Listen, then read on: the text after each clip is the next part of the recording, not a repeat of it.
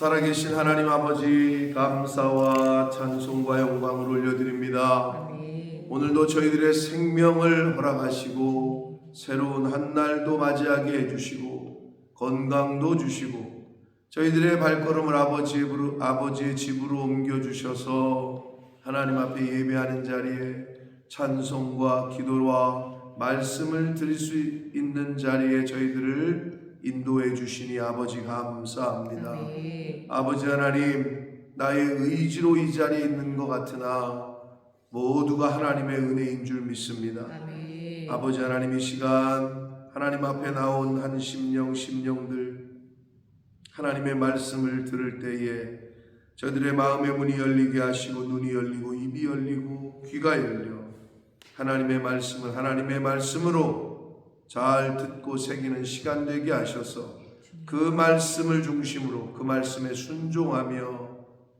오늘 한 날을 살아가는 저희들이 되도록 주님 은혜 내려 주옵소서. 아멘. 이 시간 말씀하여 주옵소서. 아멘. 저희가 듣고 순종하겠나이다. 아멘. 예수 그리스도 이름으로 축복하며 기도 올리옵나이다. 아멘. 아멘. 야곱의 12아들 중에 11번째였던 요셉이 사실은 장자의 역할을 했고 장자의 목, 오늘날에는 상속을 할 때 1대1대1, 자녀들이 전부 1대1대1이죠. 예전에는 장남이 더 받지 않았나? 예전에는 그랬던 것 같은데, 근데 법이 바뀌어서 아마 자녀들은 전부 1대1인 것 같은데, 옛날에는 장남은 2배를 받았어요. 장남이. 그래서 이 요셉이 아버지 야곱과 그 형제들을 다 살리잖아요. 그게 이제 창세기 마지막 부분 아닙니까? 애굽의 총리가 돼서 아버지와 자신의 형제들 한 60여 명, 70명 안 되는 인원을 고센 땅으로 정착을 시키면서 이제 형들이 죽이려고 했던 요셉이 이집트에 팔아넘겼던 그 동생이 이스라엘의 총리가 돼서 가족들을 다 살린단 말이에요. 결국 장자의 역할을 한 거죠. 그래서 요셉의 2아들 므낫세와 에브라임, 요셉에게는 2아들이 있었어요. 므낫세가 장남이요 에브라임이 차남이요. 그런데 요셉의 아버지 야곱이 죽을 때에 자식들을 축복하면서 요셉의 2아들을 축복을 할 때 오른손으로 장자를 여기다 갖다 놓고 차남을 여기다 갖다 놨는데, 그러면 요렇게 기도하면 되는데 안수를 할 때 요렇게 하시네, 할아버지가, 야곱이. 그러니까 차남이 오른손이요 장남이 왼손이 됐단 말이에요. 그래서 에브라임이 훗날 더 말 그대로 높은 지위와 복을 받아요. 그래서 훗날 북이스라엘 가장 넓은 땅과 북이스라엘의 북쪽 지파 중에 대표가 돼서 훗날 이때로부터 훗날 북이스라엘을 에브라임이라고 불렀어요. 그냥 이콜. 북이스라엘 10지파를 그냥 에브라임 이렇게 불렀단 말이에요. 그러니까 대표성을 띄었죠. 말 그대로 할아버지가 축복한 대로 됐어요. 그러니까 요셉의 2아들, 장남인 므낫세, 차남인 에브라임.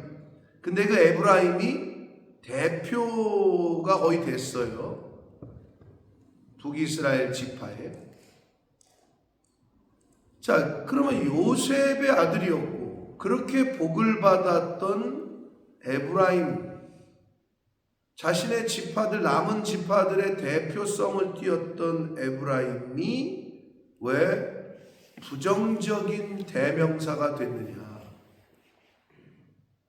요셉이 아버지와 가문과 형제들을 살린 거, 굉장히 예수 그리스도의 어떤 모형이다 라고까지 학자들이 얘기하고 또 실제로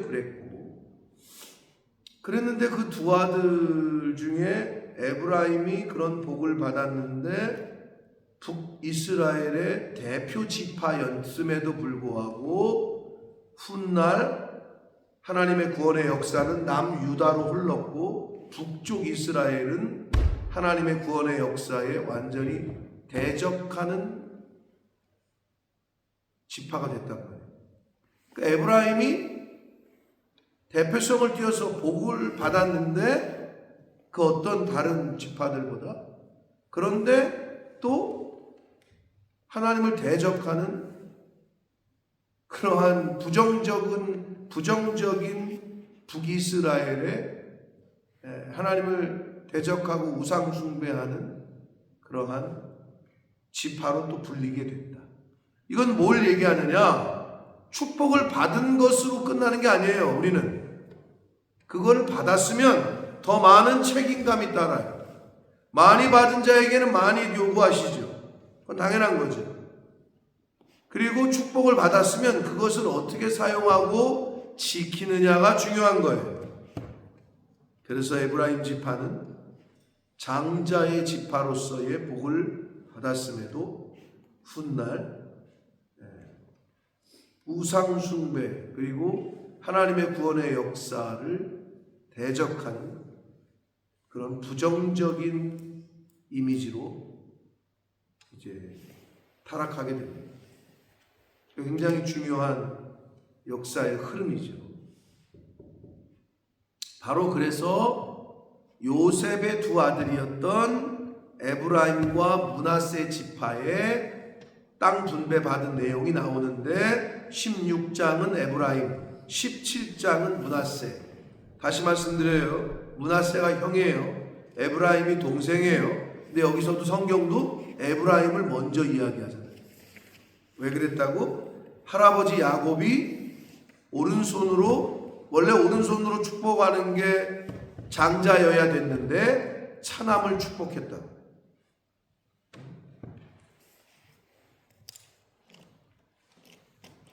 왜 그랬을까? 정확히 나오진 않아요. 그런데 제 생각에는 할아버지 야곱도 형이 있었다. 형이 누구예요? 야곱의 형이 누구야? 에서잖아요. 에서와 야곱. 그러면 에서가 장자잖아요. 자기는 차남이고. 근데 자기가 복을 빼앗았거든. 팥죽 한 그릇으로. 어머니하고 짜가지고. 그런데 물론 그것도 하나님의 구원 역사에 있어서 하나님의 전적인 주권 하에서 야곱이 택함을 받았고. 그러니까 제 생각에는 자기가 축복을 하다가 이렇게 자기 생각이 났던 건지 차남에게 오른쪽으로 갔어요. 자기도 차남이었으니까. 그래서 그런 건지는 모르나 아무튼 에브라임이 선택을 받았어요. 장자로서의. 그래서 성경도 여기도 지금 므낫세 형 얘기가 먼저 나오는 게 아니야. 에브라임이 먼저 나와. 그리고 훗날 북이스라엘의 대표 지파가 됐단 말이에요. 그래서 북이스라엘 하면 에브라임 이렇게 이퀄로 성경은, 구약 성경은 이 뒤부터 그렇게 불러요. 그리고 그 북이스라엘의 수도가 사마리아였고. 그런데 북이스라엘과 남유다로 갈리면서 북이스라엘의 일대 왕이었던 여로보암이 금송아지를 만들어서 헛짓거리를 하면서부터 그 에브라임이라는 이름 자체가 더럽혀지기 시작했죠. 우상 숭배하면서. 그러니까 이거는 우리에게 주시는 교훈은 받은 복이 많고 축복을 받았음에도 그거를 잘 사용하거나 그리고 하나님 뜻대로 지키지 못한 것에 대한 중요한 교훈과 계시를 우리에게 하고 계시는 것이다. 받은 게 많아요. 우리가 오늘도 생명을 받았잖아요. 어제에도 수많은 사람이 죽었어요. 이런저런 이유로. 즉 하나님이 어제에도 많이 데려가셨어요. 그럼 오늘은 우리에게 허락을 하셨죠. 아직 시간을 더 주셨어요. 그러니까 받은 게 많은 거죠. 생명을 받은 것보다 뭐 더 받고 싶어요? 돈 받고 싶어요? 그럼 돈 줄 테니까 죽을래? 그러면 다 안 죽는다네. 즉 어떤 금액도 생명을 대신할 수 없다. 그러면 우리는 가장 귀한 생명과 시간을 허락받은 거예요, 오늘. 그러면 그거를 주신 이유가 있겠죠. 그러면 그 주신 뜻대로 생명을, 시간을 써야 되는데 에브라임 지파가 많이 받았는데 결국은 하나님의 뜻대로 사용하지 못하고 결국은 우상 숭배하는 하나님을 대적하는 지파의 대명사가 되어버렸다. 축복의 대명사에서 타락의 대명사 그리고 적그리스도의 대명사가 되어버렸어요.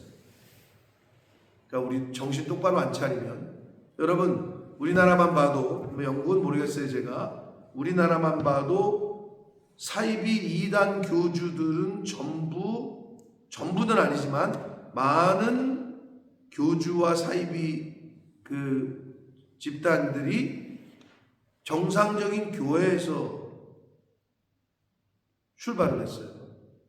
전도환 신앙촌을 유명했던 1980년도 막 90년도까지 신앙촌 양만 팔시고 막 했던 할머니들 막 박태선이 교회 장로였어요.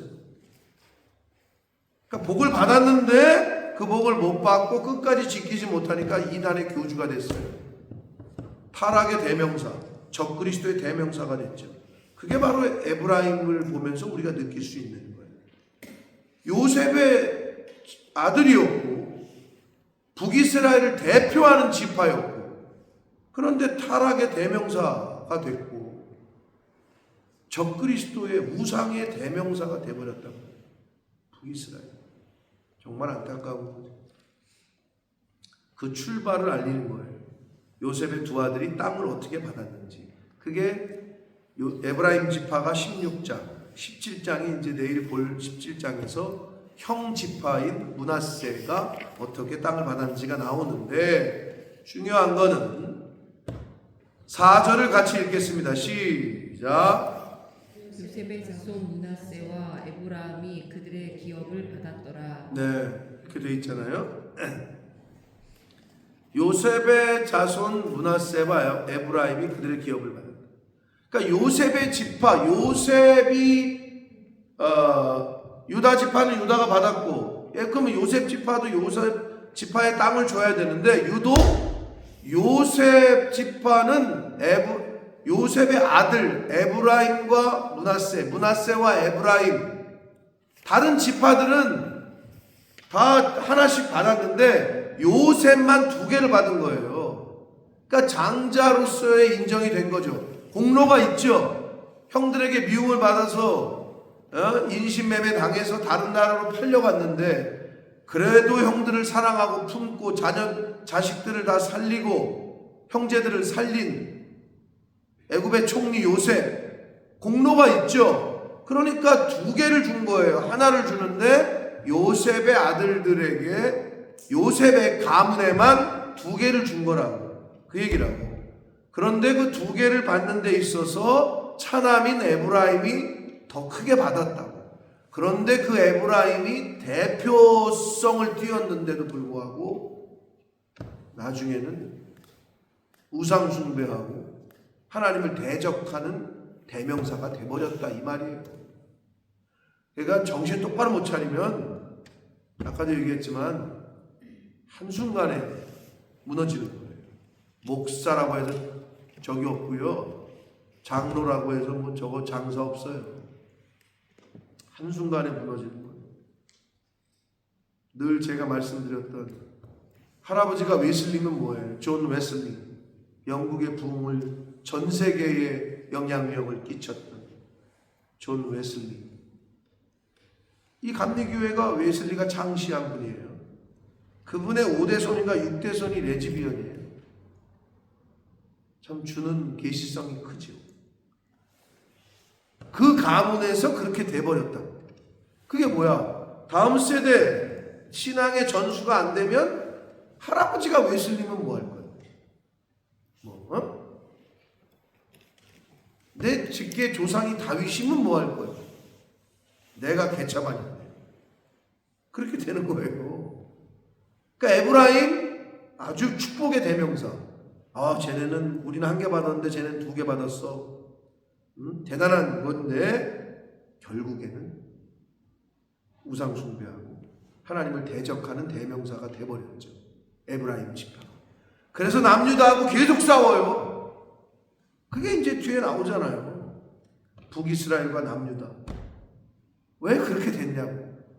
너무 안타까운 건데 그 시작을 알리는 땅을 분배받는 장면인데, 자, 그래서 뭐 동쪽으로 어디 서쪽으로 어디 이거는 뭐 진짜 성서 지리학 신학생들도 이거는 뭐 지도 보면서 배웠던 기억이 있지만 이것까지는 우리가 뭐 다 저거 할 수는 없습니다만 중요한 건 그 유다 지파처럼, 유다 지파 어저께 우리가 본 대로 예루살렘의 주민 여부수 족속을 쫓아내지 못했다 그랬잖아요. 그래서 가시가 됐잖아요. 근데 또 그래요. 여기도 10절을 같이 읽겠습니다. 시작. 그들이 게셀에 거주하는 가나안 족속을 쫓아내지 아니하였으므로 가나안 족속이 오늘까지 에브라임 가운데 거주하며 노역하는 종이 되니라. 자, 어제도 말씀드렸어요. 아우, 쟤네들 뭘 다 죽여. 저거 살려가지고 우리 그냥 노예를 시키고 종으로 부리하면 좋지. 좋잖아요. 내가 생각해도 좋으네. 이쁜 애들은 첩으로 쓰고. 아이, 좋잖아요. 근데 하나님 그걸 원하지 않죠. 싹 진멸하라는 데에는 이유가 있었다고. 네, 인간이 자기의 생각대로 하나님의 뜻이 아니라 자기의 생각에 그리고 현실에 타협을 한 거죠. 아우, 저것들 다 완전히 쫓아내거나 죽이기에도 힘들고. 그러니까 항복한다니까 받아주지 뭐. 좋잖아요. 그리고 요즘 세상 사람들이 제일 좋아하는 인권. 포로들에게 인권이 있는데 저걸 왜 죽여? 그렇게 타협하는 거예요. 그래서 이스라엘이 망했어요. 그거를 우리는 성경을 통해서 보는 거예요. 죄와 타협하잖아요. 세상과 타협하잖아요. 그 사람들이 똑똑한 사람들이라래요. 여러분 기업 뭐 회사 직장 가봐요. 야, 적당히 해. 봉투 주면 받고, 받아서 우리 회식하고 네 애 약값하고 학원비 대고 좋잖아. 뇌물을 받는 거야. 그게 타협이야. 그게 그때 했던 것 때문에 승승장구해가지고 장관이 될 상황인데 인사청문회에서 그게 걸린 거야. 말단 공무원 시절에 돈 준 사람이 이 사람 이런 사람이다. 그냥 와르르 무너지는 거야. 그런 거 세상에서 많이 보잖아요. 이번에 한덕수 국무총리 지금 23년형을 받고 감옥에 가셨는데 또 다른 재판에 또 나와. 아마 가석방이 없으면 그 사람 죽을 때까지 감옥에 있다 죽어야 되는데 엘리트 코스였어요. 아주 뭐 승승장구했지. 국무총리를 노무현 대통령 때도 했던 사람이에요. 아주 공무원계에서는 진짜 대단한 사람이지. 근데 이번에 잘못된 판단을 함으로 인해서 거짓말도 하고 속이고 다 드러났단 말이에요. 자기 입으로도 제가 국회 청문회에서 위증을 했습니다. 누가 봐도 그냥 뻔한 거. CCTV 나오니까 그때서야 그 말을 했다. 그럼 뭐야? 바지끄랭이라도 잡고, 아니면 그 가운데 많은 분들이 있어. 이름이 안 난 분들이 계엄이 됐다 그러니까 법무부 장관이 회의를 소집하니까 그 밑에 있던 국장급이죠. 그러니까 공무원계에서는 정무직 임명하는 거는 뭐 그건 그때 정권에 따라 바뀌고 원래 공무원으로 쭉 해가지고 국장이 되면 거기서 뼈를 이제 제대로 승진해가지고 그런 사람하고는 정무직하고는 다른 건데 그 바로 정무직이 아닌 국장급에서 있는 분이 법무부 장관이 소집한 회의에 들어가서 이게 계엄을 위한 회의냐? 난 못하겠다. 바로 사표를 던지고 나왔던 분이 있어요.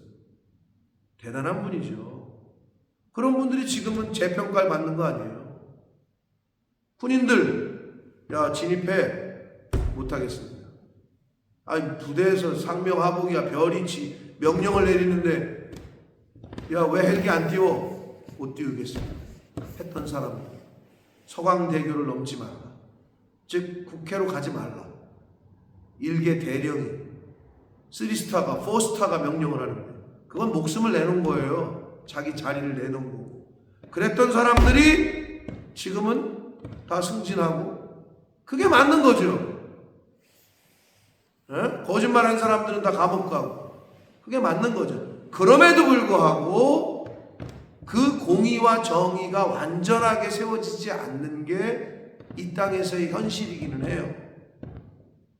나라를 위해 독립했던 분들 지금도 이런 표현이면 죄송하지만 거지처럼 살고 나라를 팔아먹은 친일파의 후손은 떵떵거리고 살고 흔히 말하는 이게 나라예요. 그래서는 안 되는 건데 이 현실 세계에서는 그렇게 돼요. 왜? 아직은 사단이 거짓의 영이 잡고 있기 때문에. 여러분 잘못했다가는 그 작은 거 하나가 나중에 큰 일을 할 때에 발목을 잡힙니다. 그거 위장 취업 뭐 어떻게 자녀 때문에 뭐 전입 신고 해놓은 거 웬만한 사람들 다 해요. 근데 고위공직자 즉 그 정도 자리에 가면 그 하나까지도 다 털리는 거예요. 그것 때문에 장관 못 되는 거예요.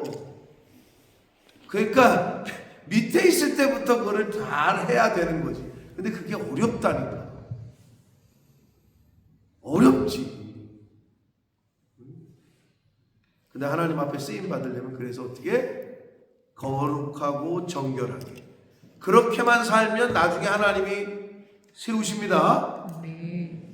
뭐 그런 내용들이 뭐 요셉이었고, 요셉 끌려가가지고 그 보디발 장군 저기서 아내가 마나님이 야 동침하자 마나님 계열로 줄을 섰으면 뭐 그때는 잘 나가는 것 같았겠지. 그러면 그냥 종살이 중에서 조금 내연녀가 내 상사의 부인이 되는 거지. 그냥 그렇게 하고 끝나는 인생이 됐을 거야. 근데 그걸 거부했어. 그러니까 더 누명을 쓰고 감옥에 다른 더 워스해졌잖아. 근데 하나님은 그 요셉을 들어서 국무총리를 시키잖아. 이게 인생 역전의 드라마 아닙니까? 그러면 요셉이 한 건 뭐야? 하나님 앞에서 나는 이럴 수 없다. 이것밖에 안 한 거야. 그런데 여러분의 능력으로 국무총리까지 가겠어? 못 간다니까. 그럼 승부를 거기에 걸어야 되는 거지. 그 얘기를 성경은 계속 우리에게 말씀해 주는 거라고. 근데 내가 이거를 이 말씀을 듣고 내가 나도 그렇게 살아야지 이렇게 할 거냐? 아니면 갔더니 세상 나갔더니 다 그렇게 살고 뭐 받을 거 받고 줄 거 주고 다 그러네. 그게 편해. 실제로 승진도 해. 그러나 국무총리는 못 된다니까. 하나님이 올리시는 거를 그렇게 짜웅하고 뭐 이렇게 빌고 뭐 봉투 주고 받고 이런 걸로 올라가는 거는 한계가 있고 나중에는 밑바닥으로 추락한다니까. 윤모 씨처럼 최고의 자리에서 가장 밑바닥에 가 있잖아요. 그게 세상이 주는 교훈이에요. 성경은 그걸 우리에게 계속 가르치는 거고. 자, 유다 지파도 못 쫓아냈고 이 에브라임 지파도 못 쫓아냈네. 이거는 계속 우리에게 뭘 얘기하는 거냐? 지금 이거예요. 하나님이 가나안 땅 주겠다 그랬잖아요.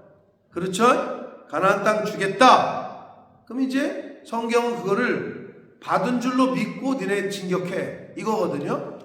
그래서 지금 여리고성 무너뜨리는 거 하나 우리에게 보여주셨고, 아이성의 실패도 우리에게 보여주셨고, 근데 갑자기 땅 얘기 나오면서 유다 지파가 받은 땅 이렇고, 뭐 이제 에브라임 받은 땅 그렇고, 므낫세 지파가 땅 분배 받은 내용을 쭉 얘기한단 말이에요. 지금 이건 뭐냐면 하나님이 가나안 땅의 원주민들을 싹 죽여놓고, 다 죽여놓고 니네들 들어가 이렇게 안 하신 거예요. 야, 줄 거야. 믿지? 믿는 사람들 들어가. 싸움은 우리가 했어야 되는 거예요. 그 약속의 말씀을 믿고 싸우는 건 나야. 그러면 그 약속의 말씀을 믿고 이것들을 다 진멸할 때까지, 계속 완전할 때까지, 완전한 정복이 될 때까지 순종을 해야 되는데, 하다 보니까 지치네. 야, 요만큼밖에 안 남았으니까 쟤네들은 그냥 우리 종으로 쓰자. 여기서 이제 실수가 오는 거예요. 순종을 하려면 끝까지 순종을 했었어야 돼. 근데 그걸 몇 명을 남겨. 그것 때문에 내 후손이 완전히 망해. 나의 아들 손주 때에 가가지고 완전히 그냥 짬뽕이 돼버려. 그 얘기가 성경의 스토리예요. 이거를 더 현실적으로 얘기를 들어드릴까요? 감동이 왔어, 하나님에게. 근데 감동이 왔는데, 내가 이 물질을, 내가 어떻게 생긴 이 물질을 하나님 감동해서 이렇게 쓰고 싶어. 그래서 다 드리려고 했는데 갑자기 내 아들 또는 딸이, 엄마 나 이게 좀 급해, 뭐 어려워, 이렇게 보니까 말을 안 해도 내가 이렇게 보니까 저쪽이 필요한 것 같아. 그래도 하나님께 드리는 거니까 80% 드리고 20%는 자식에게. 요런 거일 수도 있어요. 굉장히 조심스러운 말이지만 내가 현실적으로 비유를 들어드린 거예요. 비슷해요, 이거. 이걸 왜 다 죽여야 되지? 저걸 아까운데? 저걸 왜 다 불태우지? 저걸 그냥 내가 좀 취하면 좋겠는데? 그게 아간의 범죄였고, 저거 이쁜데 저걸 왜 죽이지? 저거 내 첩으로 써야 되겠다. 또는 내 몸종으로 부려야 되겠다. 충분히 난 이해가 돼. 타협이 돼. 근데 그거를 지금 우리가 왜 보고 있느냐?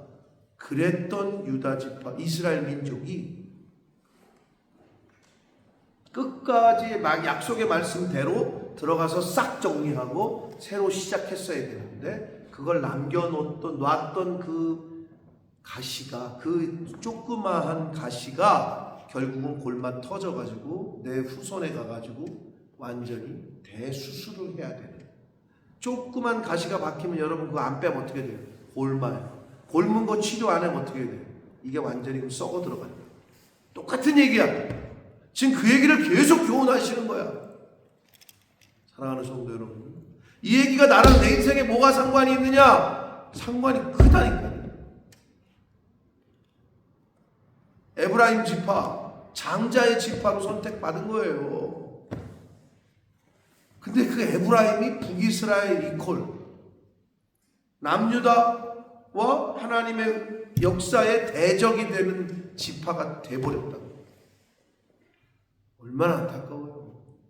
목사의 아버지 목사인데, 우리 할아버지 순교자인데 그 자식이 하나님을 어게인스트하거나 그 손주가 하나님을 모른다, 뭐 이렇게 돼버리는 거죠. 그 얘기를 계속 보여주시는 거예요, 성경에서. 다시 말씀드립니다. 다 싹 죽여놓고 들어가라 한 게 아니에요. 하나님은 약속하셨어요. 즉 약속의 성취와 순종은 별개의 문제라는 거예요. 하나님은 약속하셨어요.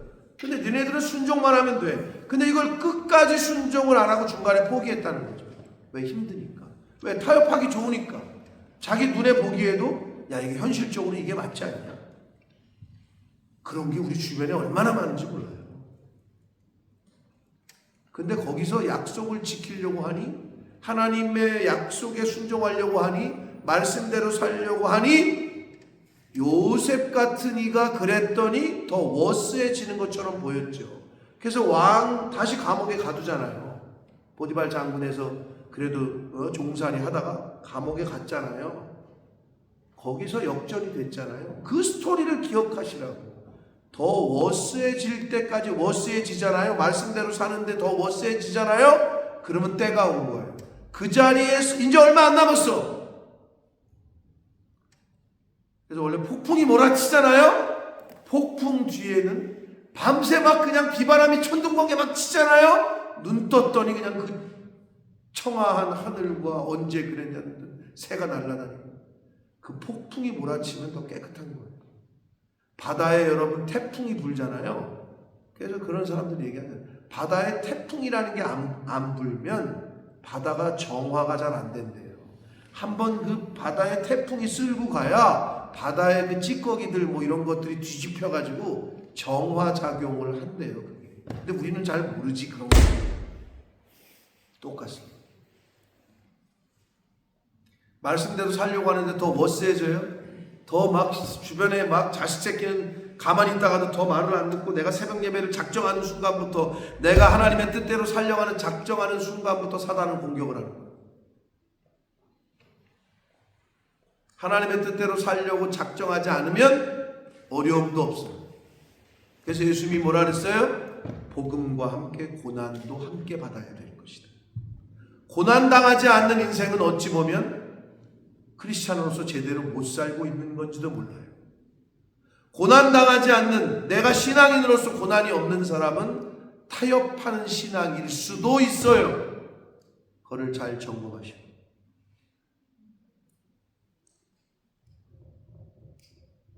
돼요. 약속의 성취와 순종은 별개의 문제고, 불순종은 그 불순종 자체가 훗날 자신의 민족, 자신의 후대들을 아주 어렵게 만드는, 공동체의 약점이 되게 하고 문제거리가 되게 하는 결과를 낳았다.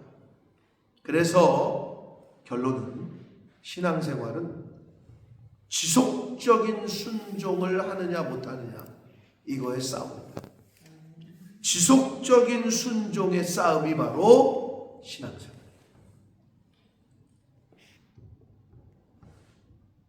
자, 그래서 다시 한번 한 문장으로 정리를 합니다. 오늘 설교에 하나님은 약속을 이루셔요. 약속을 이루시지만 그 약속을 누리는 깊이는 우리의 순종에 달려있다.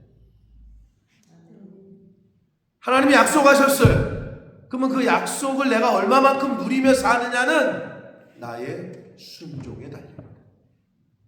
이게 바로 오늘 말씀뿐만 아니라 성경 전체에서 주시는 메시지라고도 할 수 있습니다.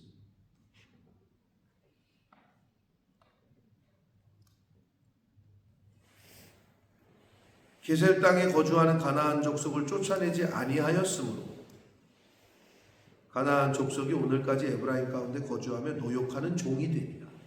여기까지는 뭐 종으로 삼았구나. 근데 훗날 이제 넘겨가면서 사사기로 가면서 어떻게 됐는지는 성경에서 우리에게 잘 알려주고 있습니다. 그것 때문에 이 정신이, 하나님을 향했던 그 정신과 문화와 이런 것들이 막 섞이게 되고, 그 이방 여자가 우리 땅에서는 이런 걸 섬겨요. 그러니까 관심이 있어. 새로운 거니까. 신문물이니까. 퀴어 축제가 문화 같은 소리 하고 있네. 뻘개 벗고 남자 여자가 그게 문화라고. 거기에 젊은이들이 다 속고 있어요. 쟤들은 태어날 때부터 저런 거래요. 문화니까 인정해줘야 돼요. 이거 얼마나 무서운 건지 몰라요, 여러분. 아닌 건 아닌 거예요. 왜? 근데 여러분, 이거는 영적 싸움이에요. 정신 똑바로 못 차리면, 내가 늘 얘기하잖아요. 내 딸이 웬 여자 손 붙잡고 들어와가지고 우리 사랑 이대로 영원히, 내 아들이 웬 남자 손 붙잡고 들어와가지고 우리 결혼하게 해주세요. 이런 날이 온다니까요. 내 손주가 그런 날이 오고 있잖아요. 이미 왔잖아요. 누구지? 탤런트 윤여정 씨가? 맞나? 윤여정 씨의 아들이야, 딸이야? 아들의 며느리가 이쁘게 생긴 남자잖아요.